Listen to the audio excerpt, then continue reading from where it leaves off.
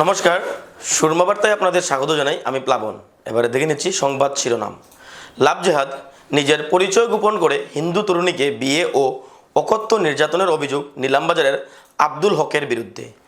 8 কোটি টাকা ব্যয়ে মাইজগ্রামে গড়ে উঠছে ইন্ডাস্ট্রিয়াল পার্ক। 8 দিন পরও সন্ধানহীন বাজারে ছড়ার এক যুবতী, উৎকণ্ঠায় পরিবার। হাইলাকান্দিতে 3500 বোতল নেশাজাতীয় কফ সিরাপ জব্দ, আটক চালক ও সহচালক। কাছাড়ের ভাঙ্গারপাড় বাজারে ভয়াবহ অগ্নিকাণ্ড, পুড়ে ছাই 2 ব্যবসায়িক প্রতিষ্ঠান। কাটাকালে ভয়ঙ্কর সড়ক দুর্ঘটনায় আহত 3 বাইক আরোহী। পানীয় জল সরবরাহের দাবিতে জাতীয় সড়ক অবরোধ হাইলাকান্দির লালপানিতে। লাভ জেহাদ, নিজের পরিচয় গোপন করে হিন্দু তরুণীকে বিয়ে ও অকথ্য নির্যাতনের অভিযোগ নিলামবাজারের আব্দুল হকের বিরুদ্ধে।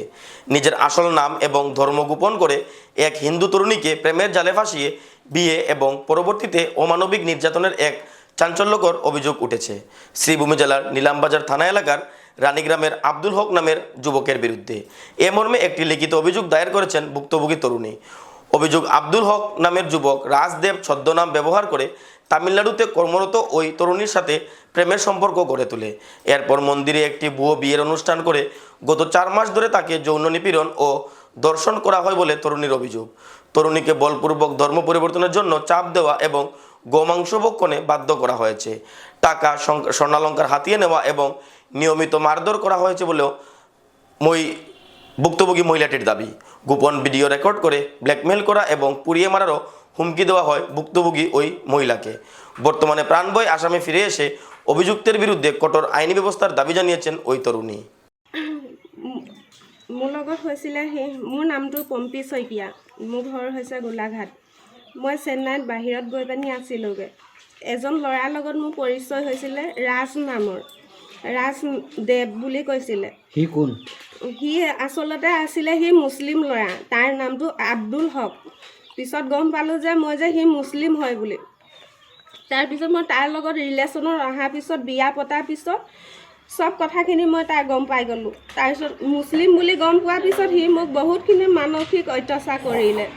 আৰু সি গৰু মাংস লৈ আহে, গৰু মাংস লৈ আহি পানি সি মোক জোৰ জবস্তি সি মোক খুৱায়। মই 5 মাহৰ পিছত মই গম পাইছোঁ যে সি মুছলিম হয় বুলি। আৰু সি মোক গম পাবলৈ মোক মোবাইল চুবলৈ দিয়া নাছিলে। সি লগ বদলাই থয়। মই মোবাইলটো তাৰ ইমান চাবলৈ চেষ্টা কৰোঁ, সি মোক মোবাইল চুবলৈ নিদিয়ে।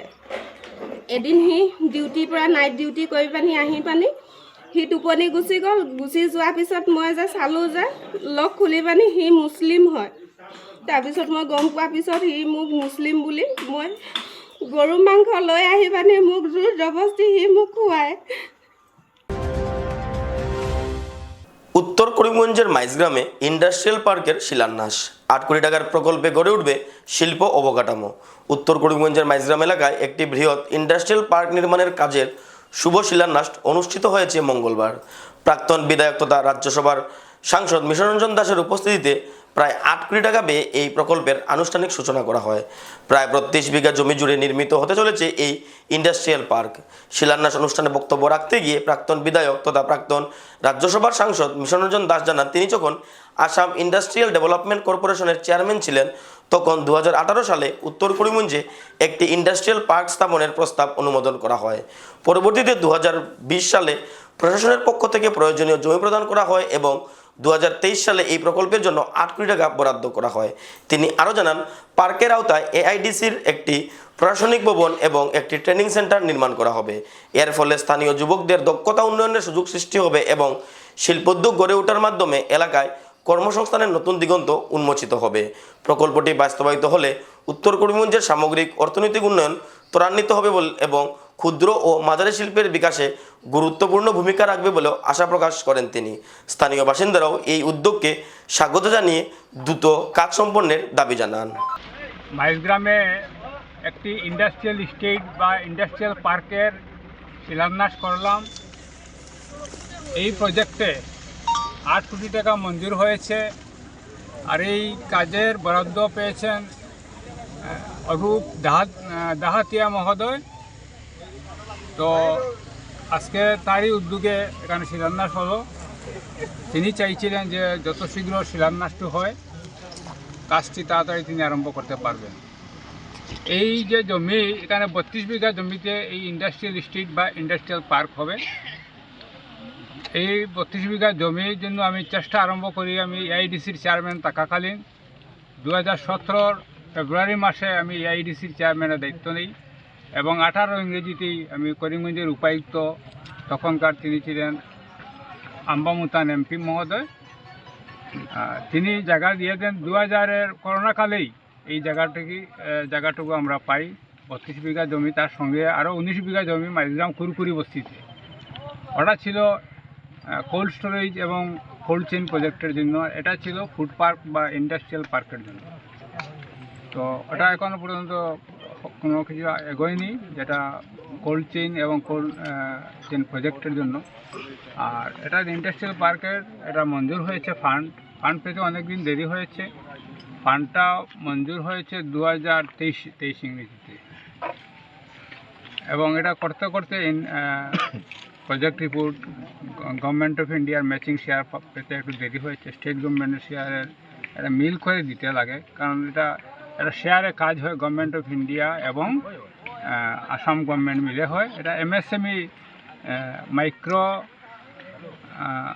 স্মল মিডিয়াম এন্টারপ্রেনিউস, এটা মিনিস্ট্রি গভর্নমেন্ট অফ ইন্ডিয়ার আছে, তারাই দেয় বিভিন্ন রাজ্যে ফুড পার্ক ইন্ডাস্ট্রিয়াল পার্ক গড়ার জন্য তারা ফান্ড দেয়।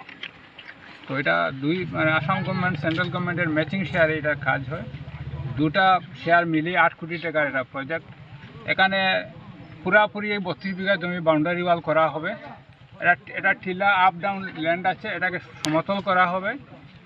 এটার ভিতরে রোড থাকবে, এখানে পানীয় জলের ব্যবস্থা থাকবে, এখানে ইলেকট্রিসিটি কারেন্ট থাকবে, এবং এখানে একটা এআইডিসির একটা অ্যাডমিনিস্ট্রেটিভ বিল্ডিং থাকবে, ছোটোখাটো বিল্ডিং থাকবে, এখানে জমি কম। অ্যাডমিনিস্ট্রেটিভ বিল্ডিং একটা থাকবে। এখানে কমন ট্রেনিং সেন্টার থাকবে, যেখানে যেই কোনো ইন্ডাস্ট্রি করবে তার যদি কোনো প্রয়োজনীয় ট্রেনিং লাগে, এআইডিসির মানুষ বা অন্য থেকে তার এক্সপার্টাইজ এনে এটা ট্রেনিং করাবে। এটা কমন ট্রেনিং সেন্টার থাকবে। এটা কমন ফুড প্রসেসিংয়ের একটা ট্রেনিং সেন্টার আলাদাভাবে থাকবে। বাকি প্লট থাকবে, যে প্লট যে কেউ ইন্ডাস্ট্রি করতে চাইলে সেই এখান থেকে প্লটটা রেন্টে সে নিতে পারবে অনুসারে। এখানে 32 বিঘার মধ্যে আমরা দেখছি 20-21 বিঘা জমি এখানে প্লট দেওয়া যাবে। নিখোঁজের 8 দিনের মাথায়ও সন্ধানহীন হয়ে আছে বাজারিচোরা থানাধীন বালিপিপলা গ্রামের মুকুল দাসের বছর 21-এর যুবতী দেবশ্রী দাস। এতে পরিবারের লোকজন চরম উৎকণ্ঠায় রয়েছেন। এ মর্মে নিখোঁজ যুবতীর বাবা ঘটনার পরদিন বাজারিচোরা থানার নাগরা পুলিশ পেট্রোল পোস্টে একটি নিখোঁজ সংক্রান্ত এজাহার দায়ের করেছেন। এতে উল্লেখ করা হয়, গত 16 ফেব্রুয়ারি সোমবার সকাল আনুমানিক 5টা নাগাদ দেবশ্রী নিজ বাড়ি থেকে আচমকা নিরুদ্দেশ হয়ে যায়। পরবর্তীতে তাকে বিভিন্ন স্থানে খোঁজখবর করে পাওয়া যায়নি। তিনি তার নিখোঁজ মেয়েকে খুঁজে বের করে দিতে পুলিশের সহযোগিতা কামনা করেছেন।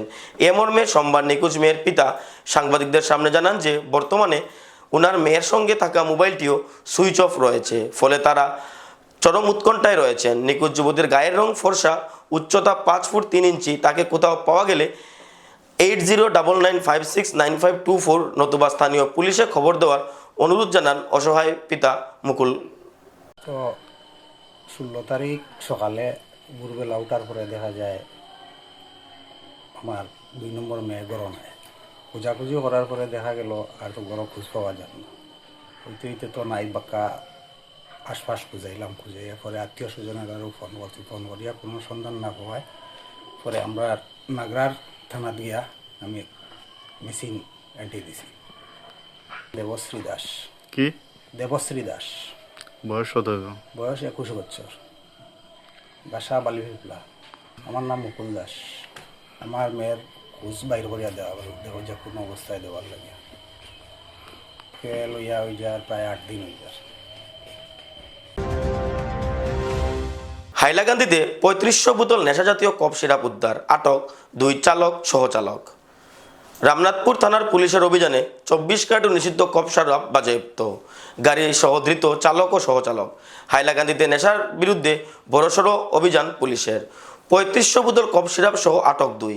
রাতের অন্ধকারে আবারও সীমান্ত ঘেঁষা জেলায় ঢুকছিল বিপুল পরিমাণ নিষিদ্ধ কফ সিরাপ, কিন্তু পুলিশের তৎপরতায় মাঝপথেই বেঁচতে গেল সেই চক্রান্ত।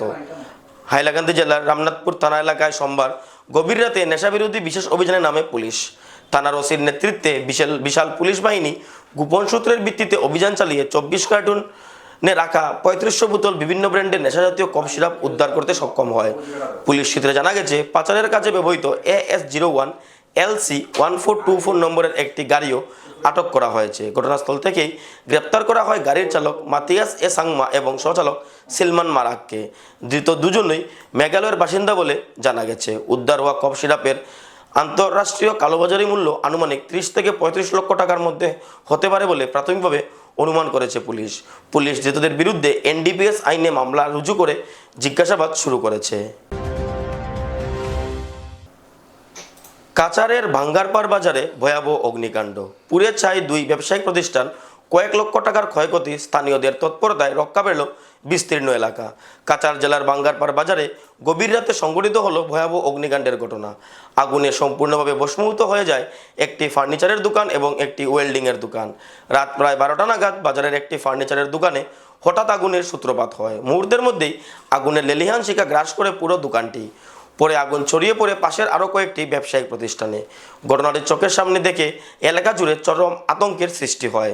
স্থানীয় বাসিন্দারা তৎক্ষণাৎ আগুন নিয়ন্ত্রণে ঝাঁপিয়ে পড়েন। খবর পেয়ে ঘটনাস্থলে পৌঁছে যায় দমকল বাহিনীর একাধিক গাড়ি। দমকল কর্মীদের চেষ্টায় আগুন নিয়ন্ত্রণে এলেও ততক্ষণে পুড়ে ছাই হয়ে যায় ফার্নিচারের দোকানটি এবং একটি ওয়েল্ডিং মেশিনের দোকান। এই ভয়াবহ অগ্নিকাণ্ডে কয়েক লক্ষ টাকার ক্ষয়ক্ষতি হয়েছে বলে প্রাথমিকভাবে অনুমান করা হচ্ছে। তবে আগুন লাগার সঠিক কারণ এখনও জানা যায়নি। প্রাথমিকভাবে শর্ট সার্কিটের থেকেই আগুনের সূত্রপাত হয়েছে বলে ধারণা করা হচ্ছে।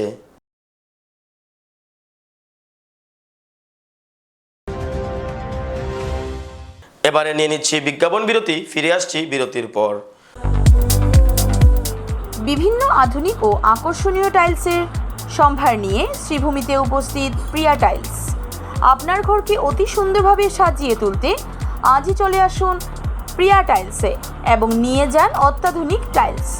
আপনার পছন্দের সব রকমের টাইলস আমাদের প্রিয়া টাইলসে উপলব্ধ রয়েছে। আমাদের ঠিকানা চান্দ্রাস প্লাজা নিয়ার বিশাল মেগামার্ট, স্টেশন রোড, শ্রীভূমি। যোগাযোগ 9101805530 9957709784। আনন্দ সংবাদ। করিমগঞ্জে এই প্রথম 3D সিটি স্ক্যানের সুবিধা নিয়ে এলো Karimganj health city, Banamali road, Karimganj. পুরো শরীর 3D সিটি স্ক্যানের সুবিধা এখন পাচ্ছেন করিমগঞ্জে। আন্তর্জাতিকভাবে বিখ্যাত ডাক্তার দ্বারা রিপোর্ট। 3D সিটি স্ক্যানের জন্য যোগাযোগ করুন telephone 038432600705, mobile 9678033047। Karimganj health city, Banamali road, Karimganj আপনাদের সেবায় নিয়োজিত।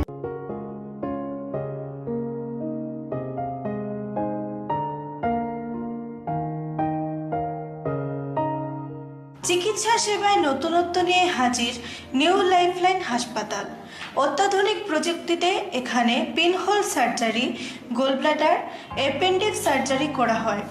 শিলচর মেডিকেল কলেজের সার্জারি বিভাগের অতিরিক্ত প্রফেসর ডক্টর RC শ্যাম সার্জারিগুলি করবেন।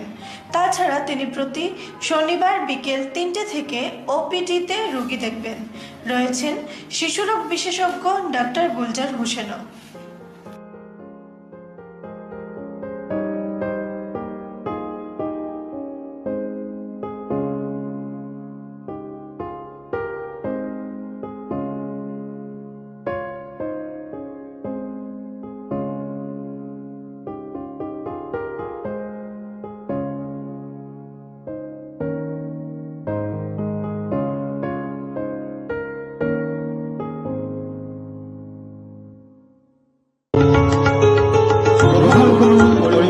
হোলসেল কোঅপারেটিভ স্টোর্স তথা সহযোগীর আন্তরিক অভিনন্দন।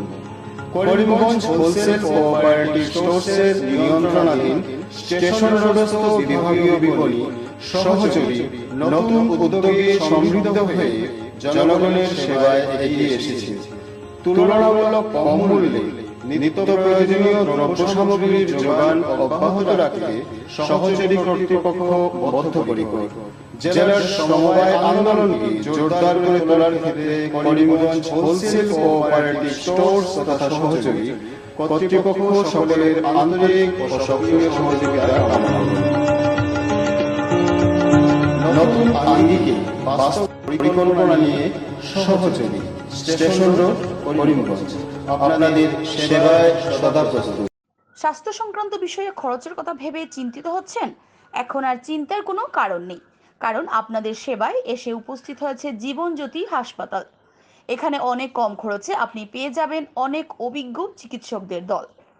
Child specialist, cardiologist, urologist, gynaecologist, skin specialist, orthopaedics, neurologist, এছাড়াও নর্মাল ডেলিভারি, সার্জিয়ান ডেলিভারি, সব রকমের ortho surgery, advance laparoscope surgery, knee replacement, spine surgery, সব রকমের ইউরো সার্জারির সুবিধা ছাড়াও অপারেশন থিয়েটার, 24 ঘন্টা emergency ward, ICU labour room, medical specialist, general ward, laboratory, hospital dispensary, গাড়ি পার্কিংয়ের স্থান ছাড়াও নানান প্রকার সুযোগ সুবিধা অনেক কম খরচে লাভ করতে পারবেন জীবনজ্যোতি হাসপাতালে।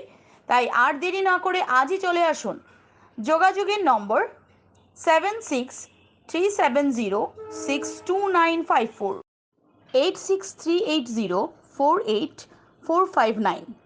আমাদের ঠিকানা নীলামবাজার, গান্ধী জিপি, দুর্গানগর রোড, আসাম 788722।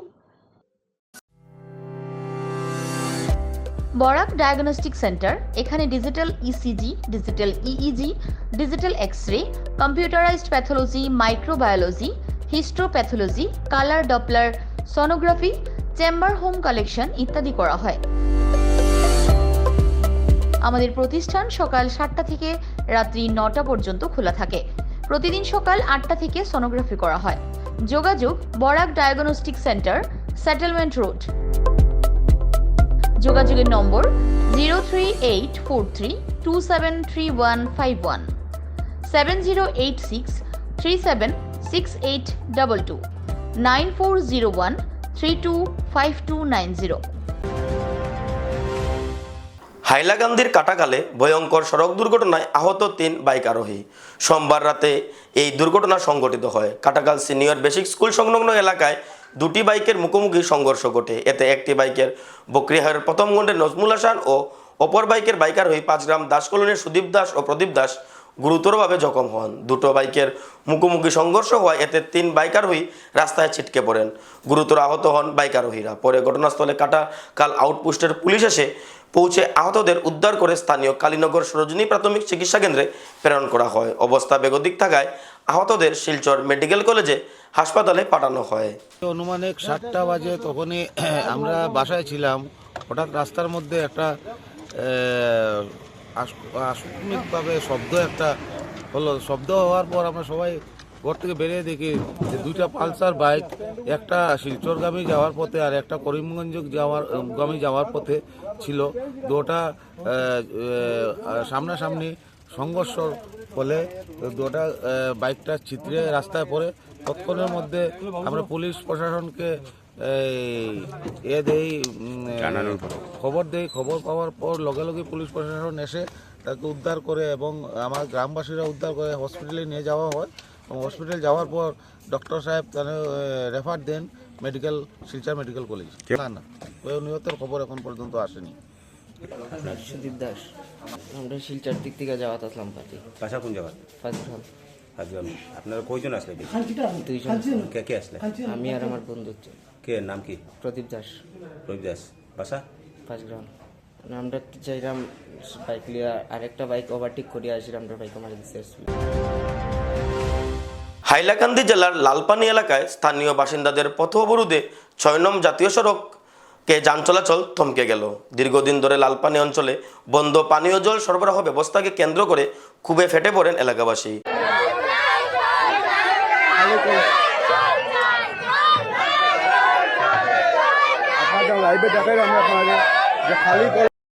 অভিযোগ, বিদ্যুৎ বিল সময়মতো পরিশোধ না হওয়ার কারণে সম্পূর্ণরূপে বন্ধ হয়ে গেছে জল সরবরাহ।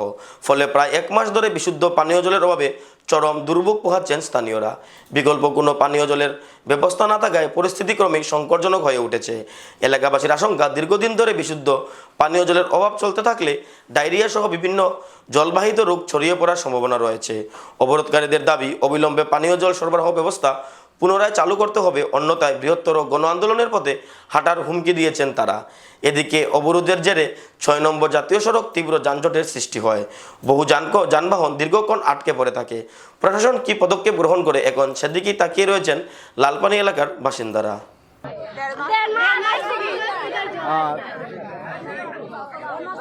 তোমরা কিছু দেখো জলে কিছু খাও তোমরা